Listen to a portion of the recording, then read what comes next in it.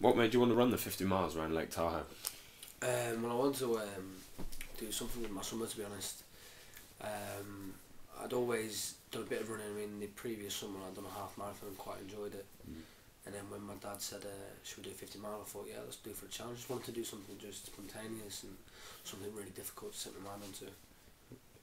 Taking place in such a hot climate, you must have been one of a kind in amongst the other ultramarathon runners, being from England. Well, yeah, I was inexperienced, but you know, there's a first time for everything. Everyone's got to do it the first time. I may have been younger than quite a few people, but hey, you know, there's a first time for everything. So. Do you remember your overriding emotion when you first crossed that line? It must have been a lot of hard work and preparation that went into this run. Yeah, it was a relief, to be honest, when you just cross the line, because initially it's just all the physical pain just lifted off your shoulders. You just feel, you know, 5 stones lighter. You just don't feel tired or anything. And of course you feel tired, but you know, emotionally you feel elated. And then, you know, after you've had time to calm down, you start to look back and you go, well, that was, you know, a big achievement for me. I put a lot into that and I enjoyed it. How did you balance your uni work with your training? Well, it was in July.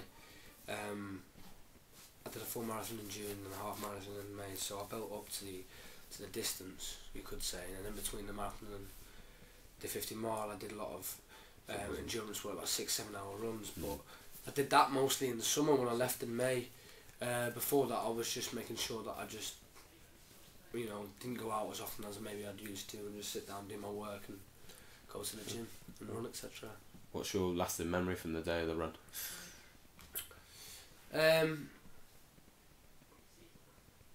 Being at the top, above Lake Tahoe, looking down on it, you know, and just having the skies above you, you know, clean blue, and just enjoying it really, you know. This run was at altitude as well. This run. Yeah, this was at altitude. You know, from 6,000 feet to 9,000 feet.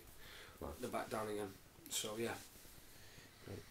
Can we expect any more from you in the future? Have you got any more runs planned? I'm doing the Paris Marathon in April, on April 7th, and we'll see how that goes. Great, no, just to keep me ticking over, and then maybe I'll step onto 100. Maybe is one of my longer term goals. That sounds like a great ambition. Well, we think your UCLAN's very own marathon man.